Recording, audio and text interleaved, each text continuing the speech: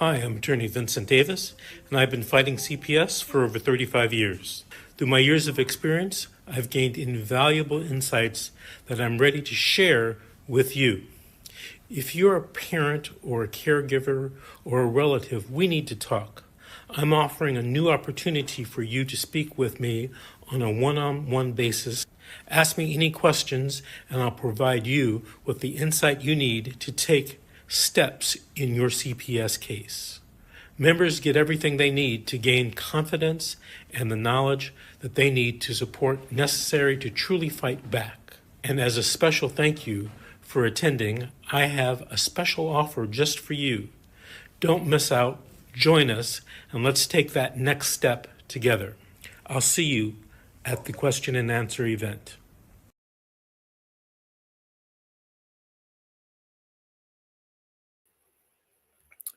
Good evening and welcome. I'm Bob Pace. I'm your host, and here we are tonight fighting CPS and stop taking our children.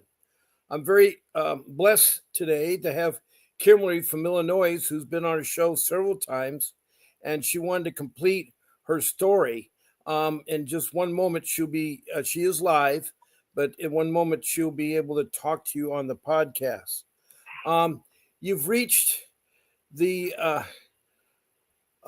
live podcast that is twice a day, 7 days a week. That's 14 shows per week. I'm on at 10 o'clock in the morning and again on 7 o'clock in the evening. That's all Pacific Standard Time for 1 hour each. I also, on Saturday, I'll do my podcast at 8 o'clock because Vincent has his show at 9:30. I want to give him a chance for the people from my show to join him on his show. Then on Sunday, I come in at 8 o'clock and I go to church, so that's why I come on early. Other than that, is the only other thing I have is next Saturday, the 14th, is a big football game, and I'll be leaving early for that. I'll give you more of the time. This showtime on Saturday is up to my producer, though. She can tell me whether or not she'll accept the 8 o'clock start on Saturday. Anyway, I want to welcome Kimberly and have her start where she kind of left off to fill a little bit, and this tells you whether I understand what she was sitting there and saying. She had a really bad case where her daughter was only 9 years old in school, and a male CPS worker took pictures of her top, which was not very appropriate. No, that's a different case. I'm sorry. I got too many cases. Why don't you refresh me then, Kimberly? Because there's a Crystal Salazar. My husband is a generational farmer in a very small town in Illinois. He's got family relations in the courthouse, the police department, and so forth. Okay. I struggled to leave him. He was domestically violent towards me, and I have lots of ring camera footage of it. And one day he snapped and he strangled my 9-year-old son. I called the police. I gave them the footage. They arrested him, and then they turned around and took the children from me and said that I failed to protect because I should have physically assaulted my husband, who is 300 pounds in a blackout rage, while I had a baby in my arms.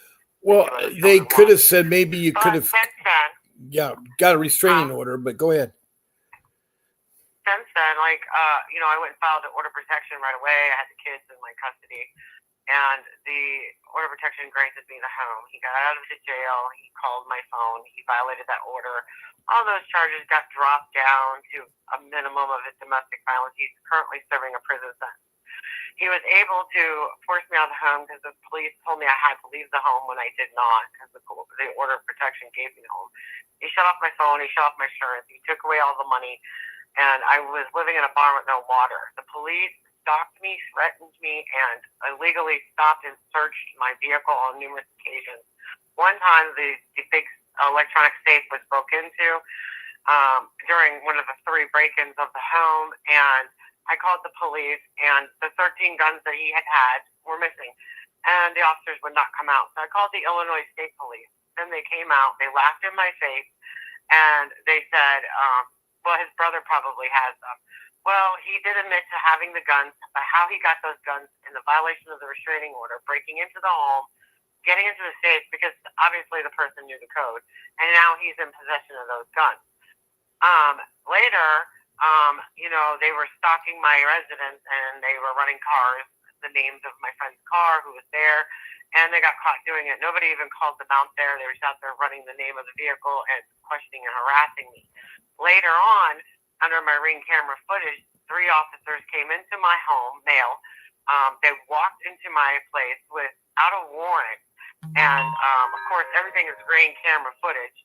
And I wasn't even fully dressed, and they were serving me an eviction. They refused to leave. They tormented me, called me a druggie, which I've passed every drug test that has been given to me, including hair strands. I do not do drugs.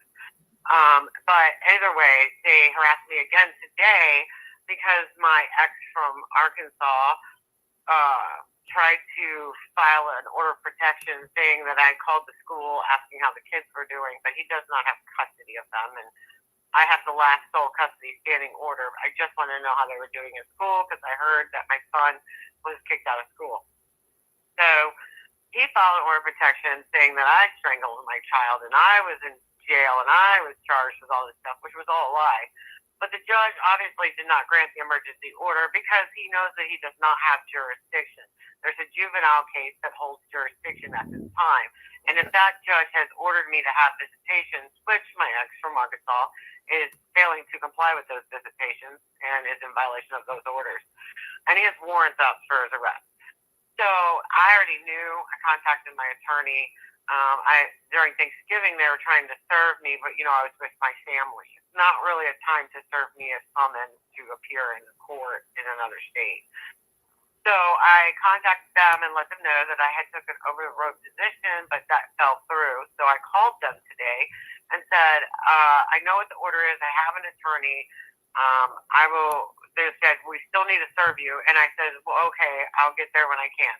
I had left that work job, and then I went to the Walmart, and an officer comes, my phone goes SOS. So I took cybersecurity. So I know that's when he pinged me. And they illegally pinged my phone. He walked in with the papers, handed it to me, and walked back out. There's no other way he could have known where I was, so I called my phone carrier. And guess what? They are breaking rules, breaking laws. They're violating my rights. And the fact that they were just out here sitting in front of my house for 3 days watching my house is just harassment. Now, I have a question for you. Why were you not allowed to stay in the home? What was the reason why you couldn't stay in that home? Was that your home? No, I was. It was the home that we were in. We were renting it from his dad. We were actually buying it from him, so I have receipts where we were buying it from his dad. So his dad was dying, and I took care of his dying mom and his dying dad. But his mom died. His dad had to go into a home because his Alzheimer's got so bad that he was running off and he was being physically violent towards the children, which is probably where my husband got it from because he grew up in that kind of environment. Now, were you guys married? You guys were married, right? Well, I got an order of protection that gave me the home. But when the officer responded, she kept saying, when are you going to get out? I said, I'm not. So then they filed, his sister, who was power of attorney, filed a squatter's eviction, which I wasn't squatting. And they kept coming to the house every day and posting it. And I recorded this, and they admitted it on the stand. And then I also recorded them both stalking me in broad daylight. And I asked them if they were stalking me. And in the video, she says, yes. I took that to the judge. I called the police and said, this is third-party stalking. And she goes, well, you have to get to. So the court date, I did not have to get out of the home. If I didn't get out of the home, then I would appear at court, and the judge would, make a decision or go forward with another court date. But the cop told me if I didn't get out on that date, that they were going to forcefully move me out. So the cop lied to me and then threatened to arrest me. And I've had cops threaten me, like if I call the police again, they're going to put me in jail. But he's breaking into my home. And they're not doing anything about it. They're not even what I don't seem to understand, if you guys were married, did you want to divorce your husband, or you just wanted to be separated, or did you ask for custody? I had an order for protection granting me the home. Okay, now Because what he is brutally that assaulted order my son. protection? That's in real estate law, right? No, that's an order of protection. When somebody's domestically violent, you file an order of protection. You get the Oh, that is property criminal. I'm court. admitting it I was granted domestic the order of violence. protection. Yeah, that is the criminal court, right? No, it's domestic court. Okay. It's my you don't understanding, have I order could be protection? wrong because I'm not familiar with Illinois, but in California, Well, all you states have have ex partes or order of protections or something of that sort. right. I understand what they are. That The problem protects being people is that from violence. in California, they're in criminal court. You see, there's dependency court, which is where CPS needs to operate in. Dependency court with juveniles and families. That's what There were CPS. several different court cases going on. Yeah. I had the juvenile case, of course, but today, this is the other part of my struggle with leaving this violent man was because the police were always behind him, and they've gone above and beyond breaking rules and laws to violate me and harass me. Did you file a restraining order against this man? That's what I'm talking about. I had a restraining order in place that gave me the home. And he kept breaking in. The cops did nothing. Wow. And you showed the cop your restraining order? Documented and recorded. You showed the cops your restraining order. You showed the cops your restraining order. No, they knew about it. They said they didn't give a shit. Well, did you try to talk to the police chief or the deputy police chief? Yes, I did. And I called the Illinois State Police, who was shocked to find out that the officers did not respond to the break-in when there were 13 guns missing out of the safe, which my husband is currently in possession of. And the safe wasn't broken into any other way. The person knew the PIN. So clearly it was my husband in violation of the restraining order, breaking into the home, taking the guns, and the police did nothing. I called the Illinois State Police. They sent those cops out, and they still didn't do anything. Wow. You see, when you have a restraining order against somebody, they're not supposed to have any weapons in their possession. No, I know. And that was another part of it. They knew he had them, and they knew he broke in and got them, and they didn't do anything about it. Wow. And this is from the Illinois. Especially. Well, does the Illinois local police respond to the state police? Do they have jurisdiction? Is there a sheriff? Is it Illinois sheriff? It was actually the sheriff's department. It was the sheriff's department. Right. They're all related to my husband. Right. Well, the sheriff's department is the one that is relations in the sheriff's department. Right. The sheriff's department is the one that is supposed to be enforcing the law. Now, if you have a restraining order of domestic violence, they're the ones breaking the law and violating my rights.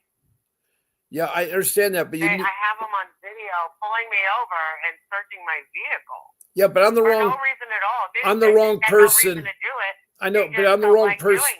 I know. I believe you. I'm not the person. You need to have your attorney in court before the judge explain that.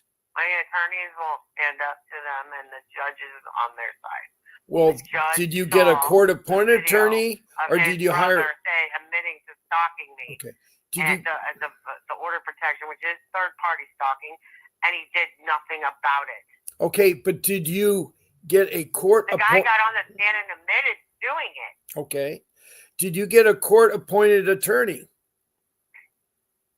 I had paid attorneys. Okay, were these paid attorneys, were they skilled in criminal law? What was their law background?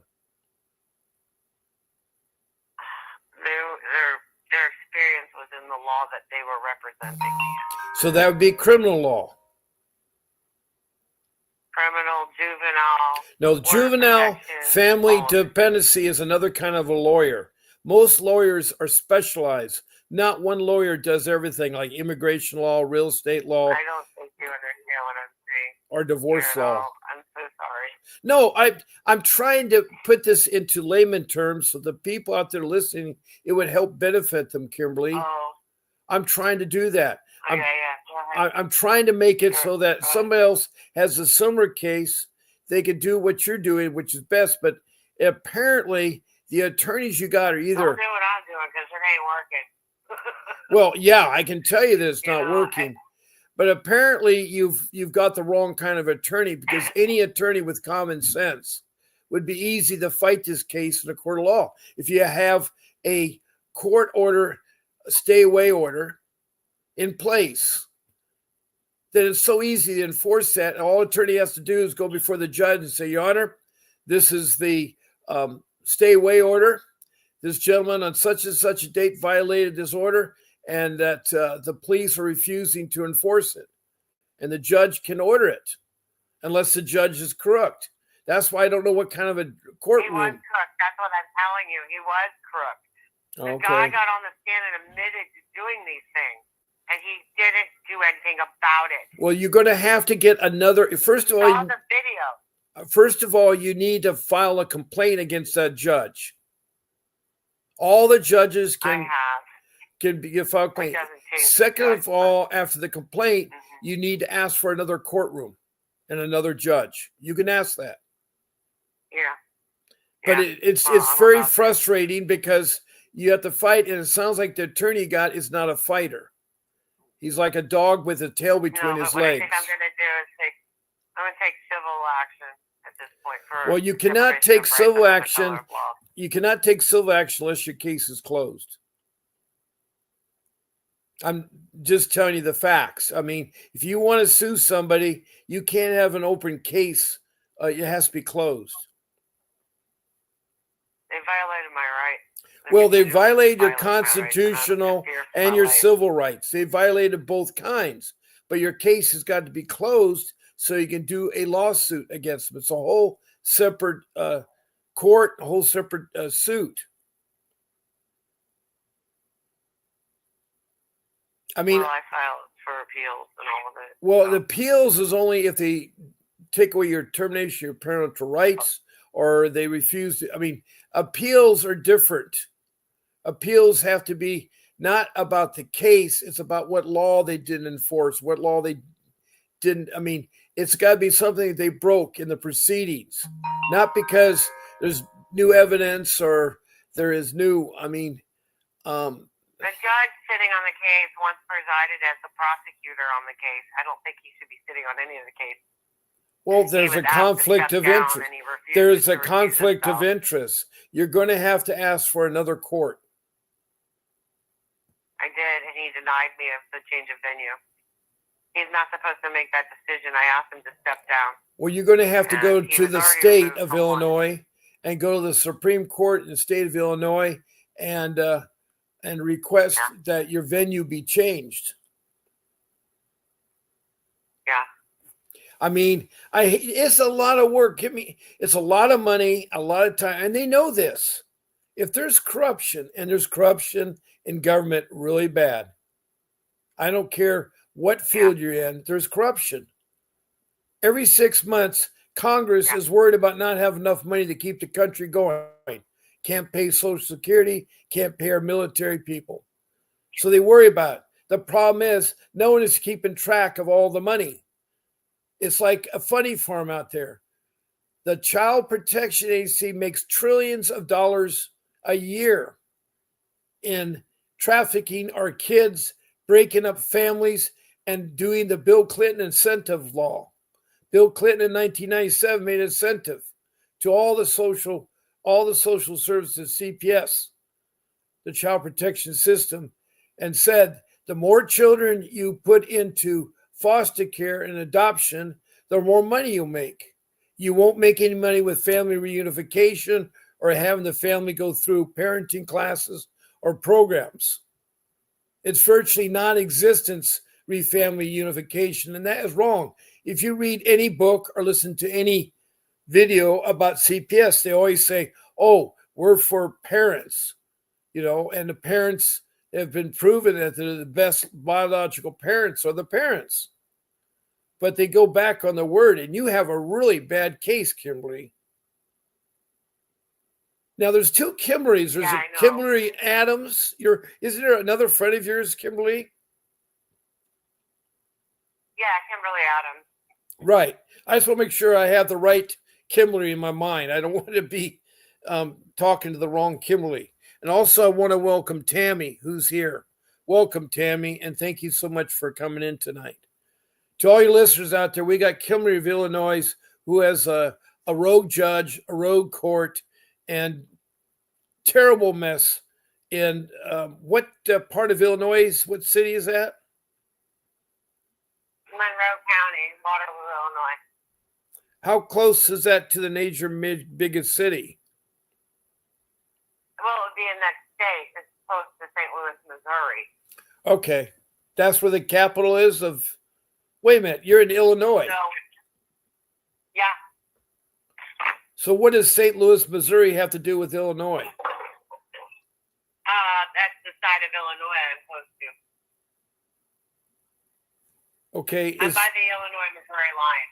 Oh, you're that close. The biggest city in St. Louis. Yeah. Wow, I didn't know you're that close. Yeah.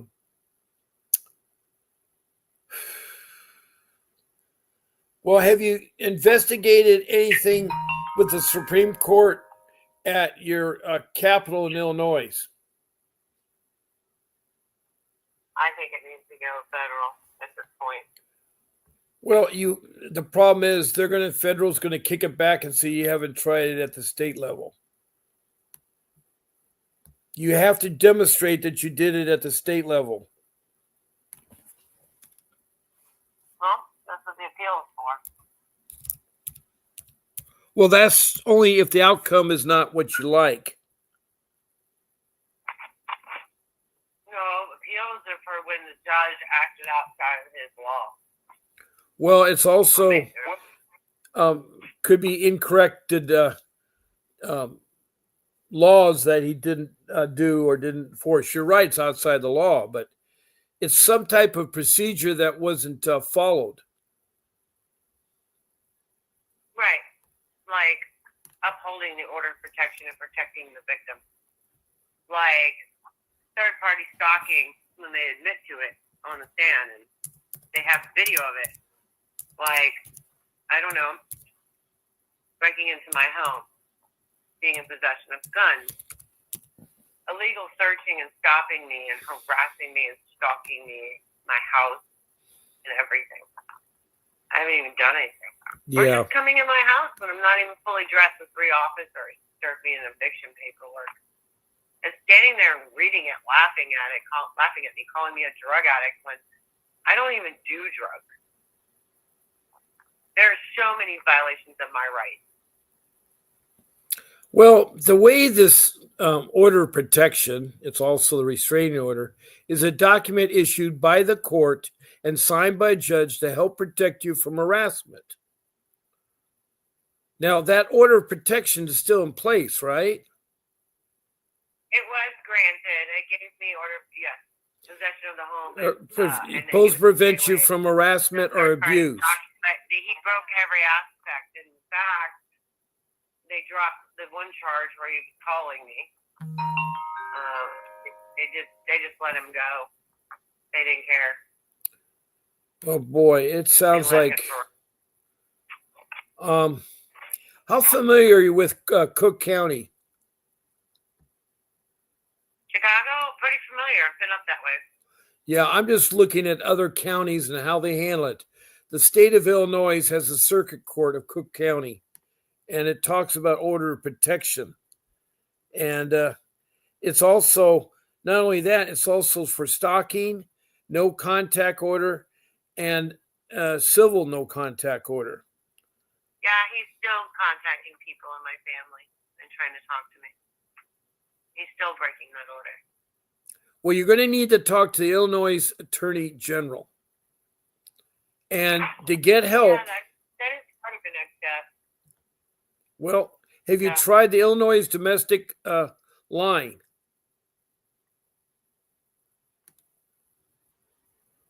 Yeah. I know. I don't think many people have cases like mine. No, but somebody else has been out there and experienced this kind of buddy system. I'm trying to get you with an advocate group, a group that handles. It's the networking is what I'm trying to do. It's a group. Domestic violence people are not they can't help me, they said. Oh, these people can't? Yeah, they can't help me. They don't. Everybody's afraid. I literally had an attorney hand me back my money in my case because I asked him to subpoena witnesses, like the children's therapist, my therapist, who were advocating in my corner. And I'm so sorry. I really. Said, well, what is your plan? You haven't let me see my discovery. So you said I can't see my discovery, which is a crock. But you're gonna do what? He's like, I'm just gonna throw you on the stand. And I said, I'm the worst witness. I have a criminal case, and I can't get on the stand. So who are you actually advocating for, me or the state? Well, no, I was thinking of a group, a support group that can help your case. If you don't have an attorney, you can get on the stand. You can represent yourself, but that's a very dangerous thing to do if you don't know the law. Yeah, I'm not going to go for it. Right, but the reason why you can't talk to the judge or go before the judge is your attorney controls everything. Yeah. Well, I don't know about the appellate court, but we'll see if they do their job. Well,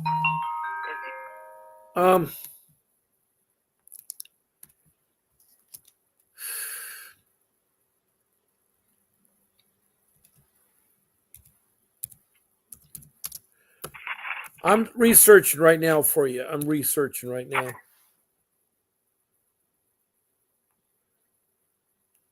Here's a very important website I want you to go to that you may or not tried. And it's a real easy one to go on the website.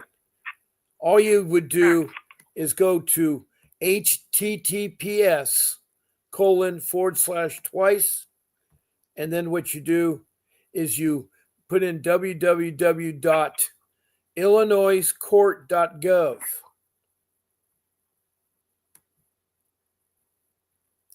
And that is going to tell you the court system and about judges. Yeah, no, I'm e-filing it's my own case, so I'm familiar with that site.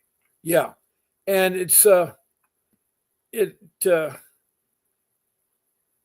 it's where you're going to have to go to the Supreme Court, I guess. Yeah, that's what I've done. I've put all cases into the appellate court. Yeah. Well, you can find, let me see here, Supreme Court orders and announcements. There's the appellate court, Supreme Court rules.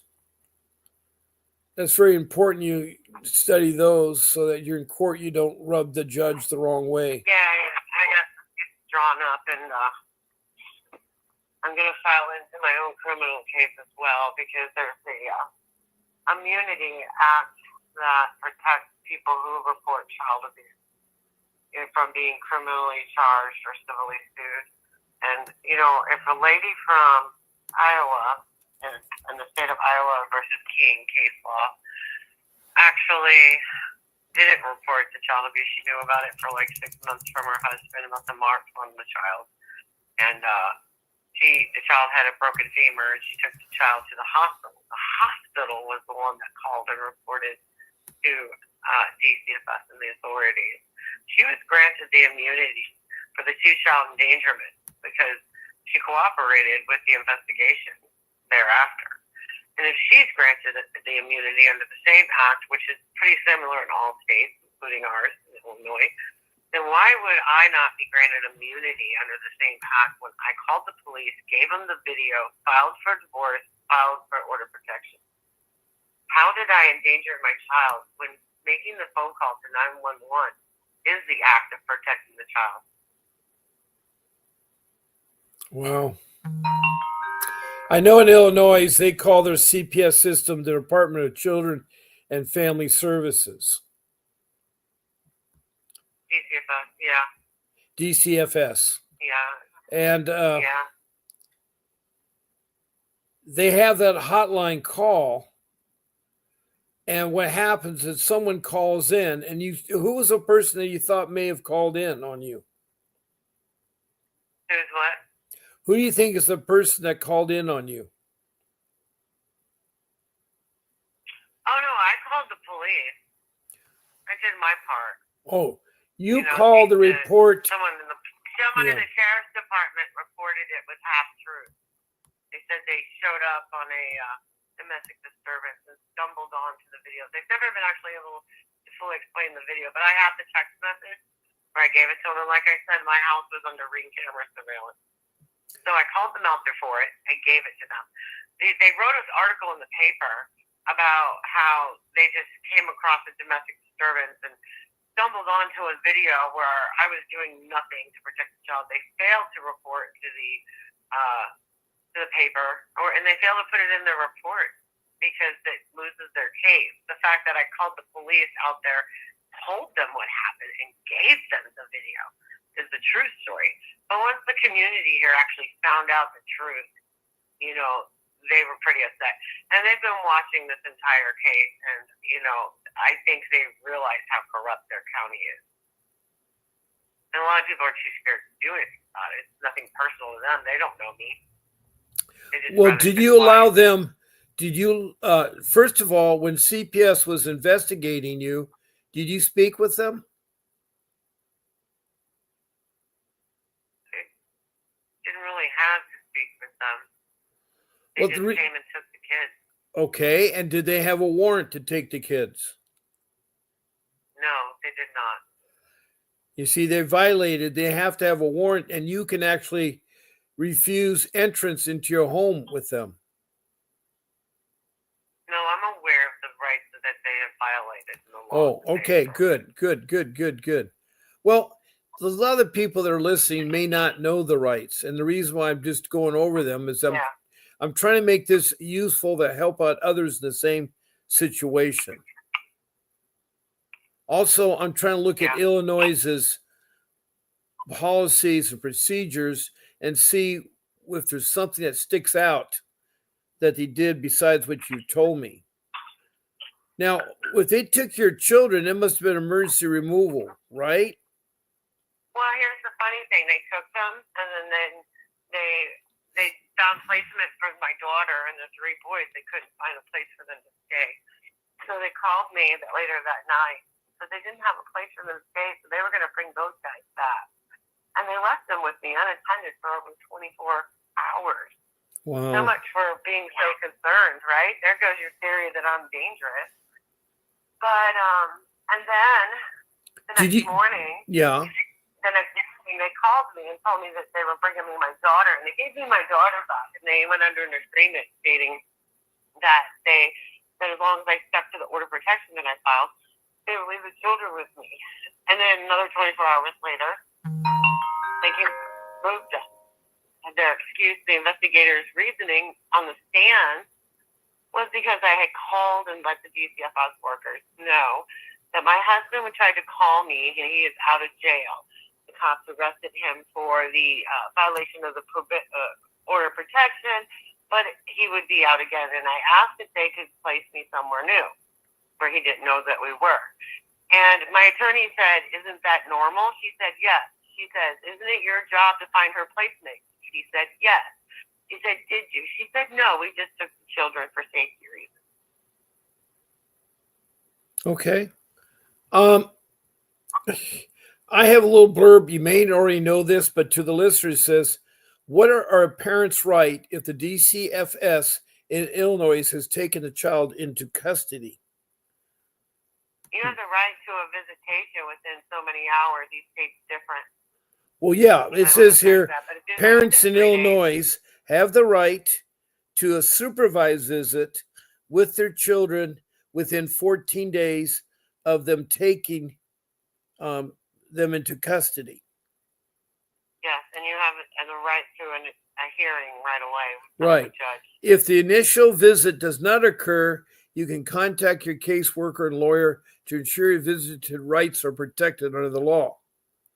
Now, what are the parents' right during a DCF investigation?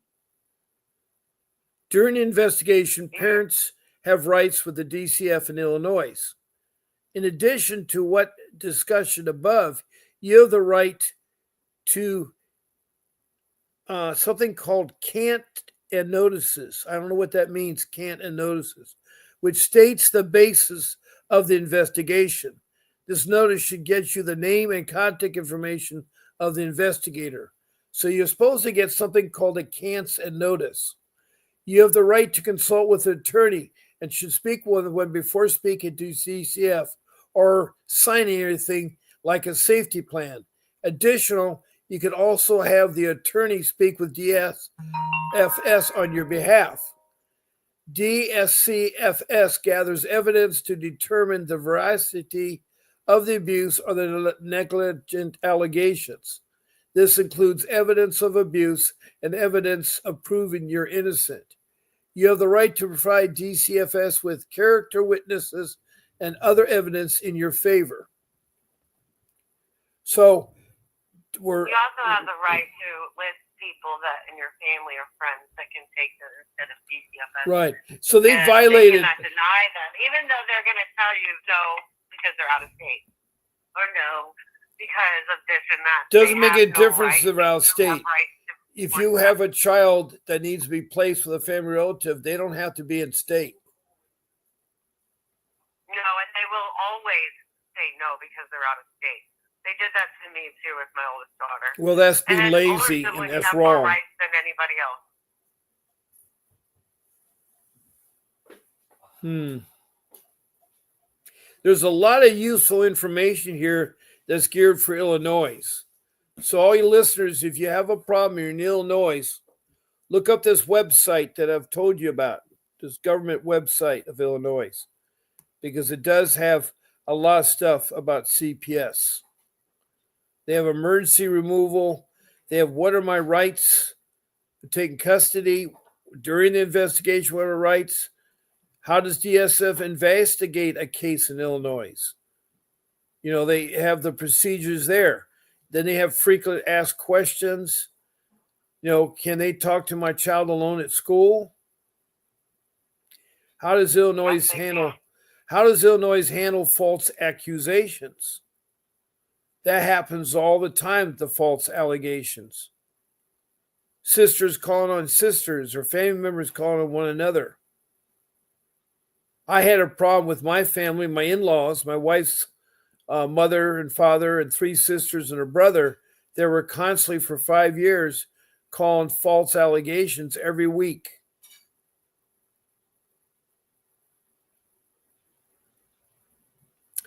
And you need a defense attorney who's trained in DCFS, but it's called dependency law, juvenile and family dependency law.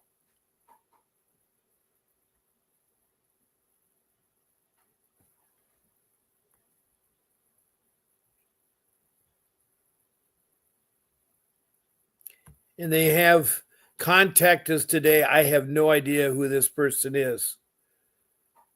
But he is the lead family law attorney at Vantage. Vantage is the legal group. Have you heard of them? No. Yeah. You know, he has a really good, takes 3 minutes to complete the typical form. But anyway,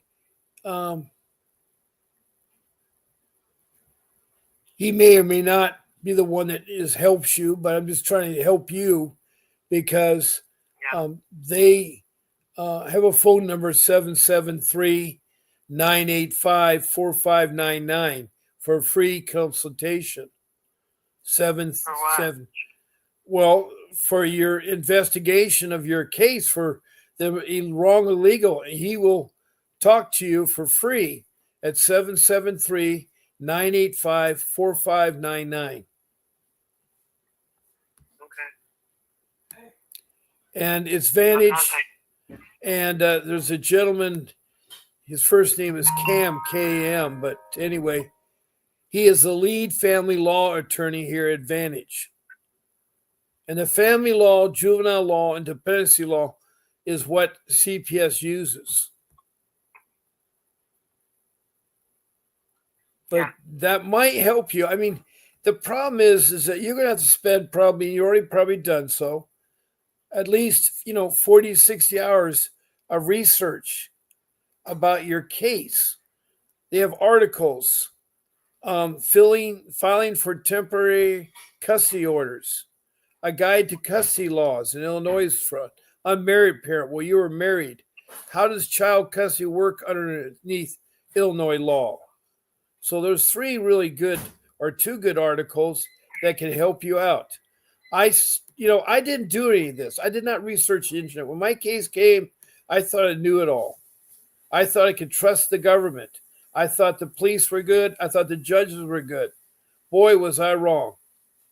My judge, his only experience was handling car collision claims. And I tried at first to use a court-appointed attorney. It was a waste of time. She was a woman, and all she knew was criminal law, and she had a caseload of 30 or more. And I was never allowed in the courtroom to hear what's going on. I think the courtroom should be open to all parents for the whole proceedings. I don't think they should hide behind Zoom cameras and everything else. Like our children were never able to see us. We were never able to see them. During the whole time that my children were taken from me, we only saw them at visitations. And then we were told you could say this thing or that thing. If you said something else, they would end your visitation. And they were merciful about that. They didn't care about you as a person. They didn't care for you as a person. So, but I just thought I'd share that with you a little bit. I'm not trying to say this is going to help you or do your solution, but I think if it's corrupt there locally, you're going to have to go to the state. Once you've exhausted the state, then you can go to the federal government, to the Supreme Court.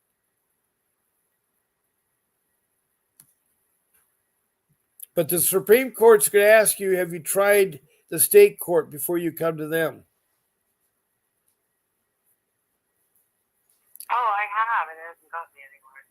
Okay, if it's not, then go to the state. You have to go to the federal court.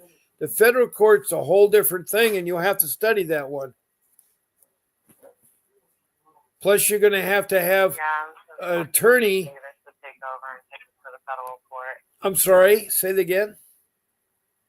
I was hoping Mr. Davis would take over and take it to a federal court, but apparently you can get appointed attorneys in federal court if you're indigent like me. Oh, that's right. That's right. Do you own a home? I don't own anything. My husband got everything. Okay, I'm sorry to hear that. I had to, I got my money from selling my home.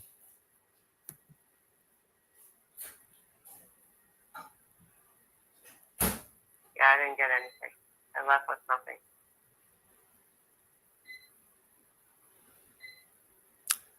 Oh, that's so sad. It's like there. I need to answer after Tammy. We had. Yeah, that's okay. I'm going to jump off. I don't need you to jump off. Lay down. I have a headache. Oh, okay. Well, thank you so much for calling in again. All right. Yeah. God bless you, Kimberly. Absolutely. God bless you. Okay. Yeah. Bye-bye. That was Kimberly from Illinois, who has a very bad case. She thinks she's exhausted it at the state level and the local level, and now she's forced with it going to the federal level. The federal level. Now, I've been putting on my screen how to be a guest on my podcast. And that message is in there. You just contact Grace at vincentwdavis.com. Also, I told you about how to text and messages and so forth. And now I have my number up, and you can call in. It's free again. It's hey, Fred's on here, and Fred, I remember you from this morning. You're filing a lawsuit against CPS, which is great. That's going to be a really hard job to do, Fred. Fred is from, I think, the state of Washington. I think he told me it was the state of Washington. But welcome, Fred. He has a stepdaughter that he wants to get custody of. And I guess the mother is really abusive of the stepdaughter. The biological mother of the stepdaughter, of her daughter, is very abusive. He's just the stepfather. And welcome there, Fred. That Fred is Don't Complain is his handle there. Don't Complain is his handle. Don't Complain campaign.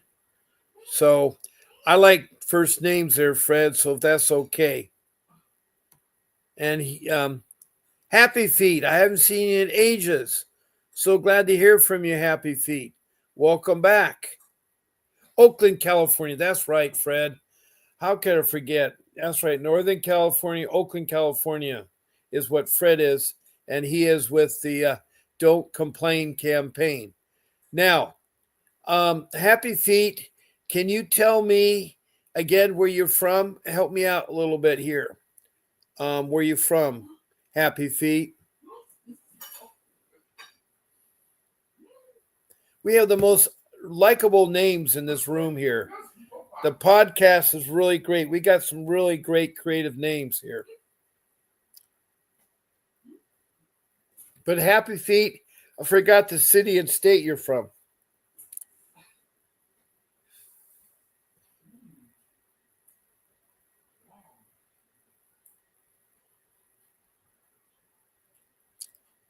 Now, the number up there that says 888 is 6882 is my law office.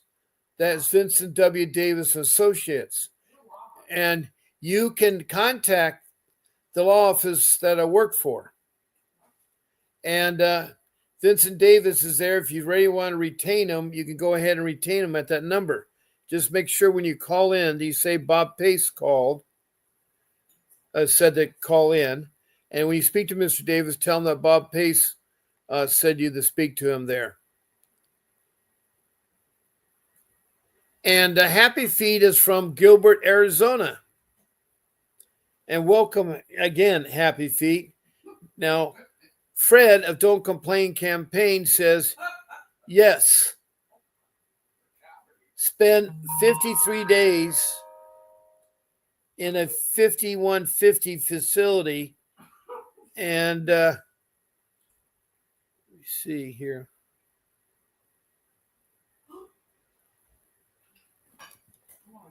Then they just release her back to her mother. Yeah, Fred, I know. You told me that your stepdaughter has mental problems, or they think she has mental problems.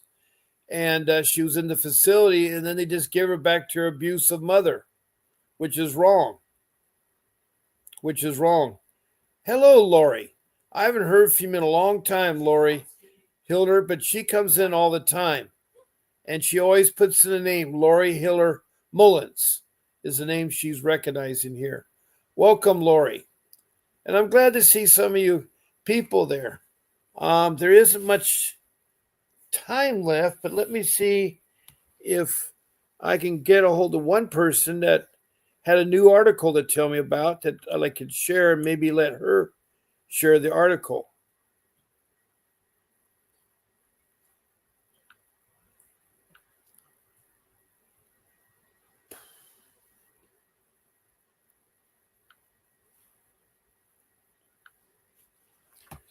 Faye is a single mother who's from Richmond, Kentucky, who has taken to take care of her special needs son who's in 20. She's trying to get guardianship so that he can be taken care of, because he can't live on his own.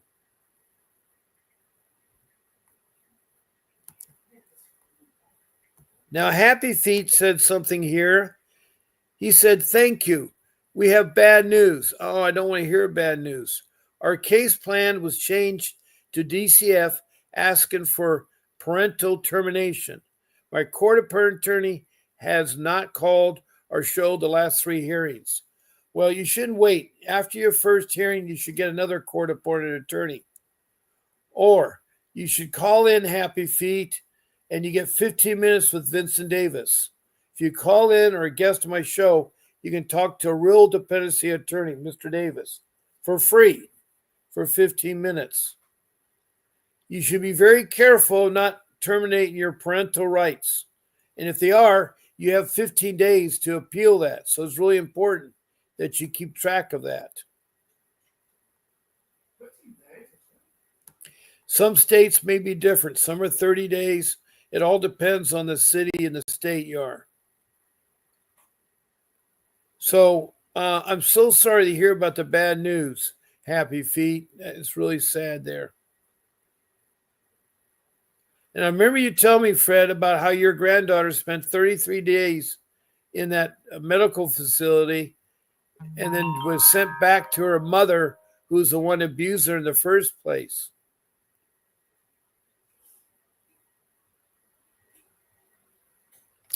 Oh boy. See, Happy Face is used in the ICWA Act of 1978.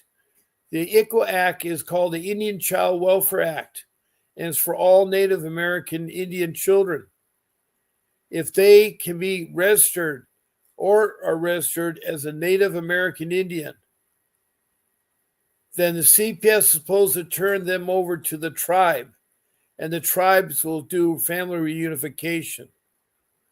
And so, how they ignoring it, Happy Feet? Did you not tell them what tribe it is and have them call in? There's 548 federal recognized tribes, and I forgot what Indian tribe your tribe is, but it should be one of those. And if you have 25% or more of Indian blood, your children should be registered as a Native American Indian of that tribe, whatever the name of the tribe is, Happy Feet.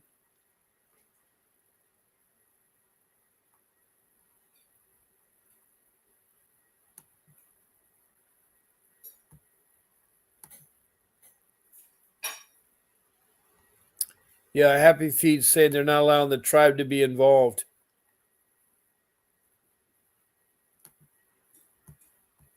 And Fred, who is Don't Complain campaign, mentioned that his granddaughter for 33 days was in a 5150 facility, and they just released her back to her mother, who was the one that was very abusive of her daughter.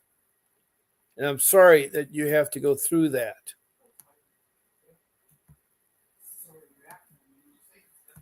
Um,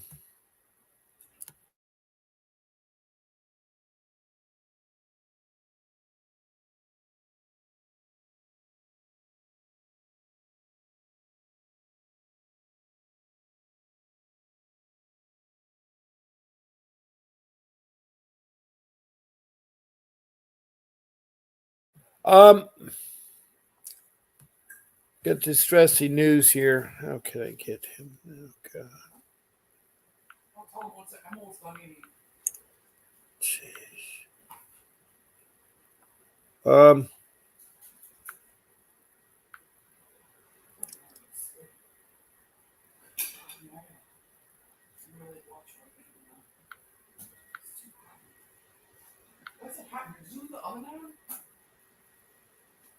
Let me see here.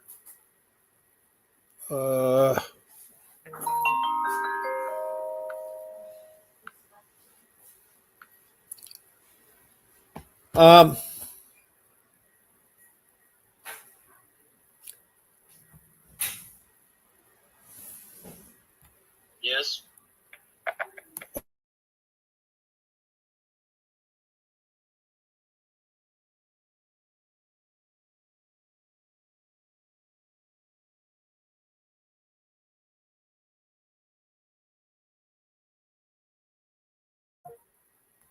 Okay. I was trying to get a hold of somebody, but they're not answering. There's only about 5 minutes left of the show. But Fred, is there anything I can help you out with in your case in Oakland, California? Lori, is there anything I'd help you out with? And Happy Feet, is there anything I can help you with your tribe? What tribe are you, Lori? I forgot. Excuse me, Happy Feet. I forgot what tribe you're in. What tribe are you?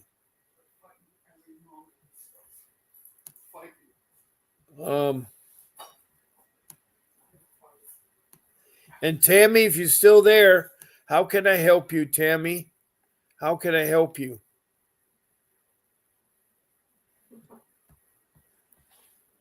We have about 5 minutes left. I haven't mentioned my rules, but I'll go over them really quick. Thank you very much, Violet, for your thumbs up emoji. All right, rule 1 is you need to get an attorney. And I don't mean a court-appointed attorney. I mean a dependency family law attorney like Mr. Davis. 2, you got to organize your paperwork into a notebook, 3-ring binder with subject matters. And one of the most important document will be your incident log, your timeline incident log. That's where you put the name, the date, the location, and who was involved in the first line. The second line, you put a summary of the incident. And the third line is you put the outcome of the incident. Keep repeating it for every incident, whether it's with CPS, police, the school, other parents, your children, whatever it is, you put the incident down. That's very important that you keep that track at the beginning of your case. Rule 3 is you don't talk to social workers and you don't let them in your home. And you do not give up your children. There's only 3 ways they can, and that's if you give them permission or they're in extreme danger with domestic violence going on, they can enter it, the social workers or the police. The third way is with a warrant, and the warrant's got to be a real warrant, a real document. And it's got to be signed, wet signature by the judge. And that warrant's got to have all the information on there, like who is being accused of, the children's names, what are the allegations, the address, when they can do the investigation, what can they do the investigation, like speak to you or take your child or anything. Be careful of medical trafficking. That's where children are brought into emergency room or urgent care for medical problem, and suddenly they lose their children because they give them away because the social workers work at those places and misheard or misunderstood something. Also, if you're pregnant, be very careful. They'll try to take your baby when you're pregnant. It's sad to say, but that is always the truth. So that's medical trafficking. And then on rule number 4, that's the internet. You need to spend some time on the internet about your case. Put in your city, state, and the letters CPS, and then the question about CPS. Do that format, you'll get answers to your questions. Spend a good 60 hours of research. And last, rule number 5 is to gather all your documents, important documents like marriage certificates, birth certificates, driver's license, medical shot cards, any kind of medical history on yourself or your child. And you want to put all that into an envelope. They can be copies, but you want to have all the documents. It's really important to have those. So those are my 5 rules. They're pretty straightforward, and I run them down pretty quick in about 5 minutes. So with that being said, I'm going to have to end the podcast because we're over a time of 8 o'clock. And I want to thank you all for coming in tonight. It's so good to see you, Happy Feet. And I look forward to seeing you again. And I want to help you with the bad news. Thank you, Lori, for always coming in and saying hello. I appreciate hearing from you. Thank you, Fred, from Oakland, California, the Don't Complain campaign. I'm glad you come in here and tell about your woes of trying to get your adopted stepdaughter into the custody. And thank you, Tammy, for coming in. So with that being said, there'll be a brief message from my attorney, Vincent Davis, when I sign off. This is Bob Pace. Thank you. And Bob Pace signing off. God bless you. Hi, I'm attorney Vincent Davis, and I've been fighting CPS for over 35 years. Through my years of experience, I've gained invaluable insights that I'm ready to share with you. If you're a parent or a caregiver or a relative, we need to talk. I'm offering a new opportunity for you to speak with me on a one-on-one basis. Ask me any questions, and I'll provide you with the insight you need to take steps in your CPS case. Members get everything they need to gain confidence and the knowledge that they need to support necessary to truly fight back. And as a special thank you for attending, I have a special offer just for you. Don't miss out. Join us, and let's take that next step together. I'll see you at the question and answer event.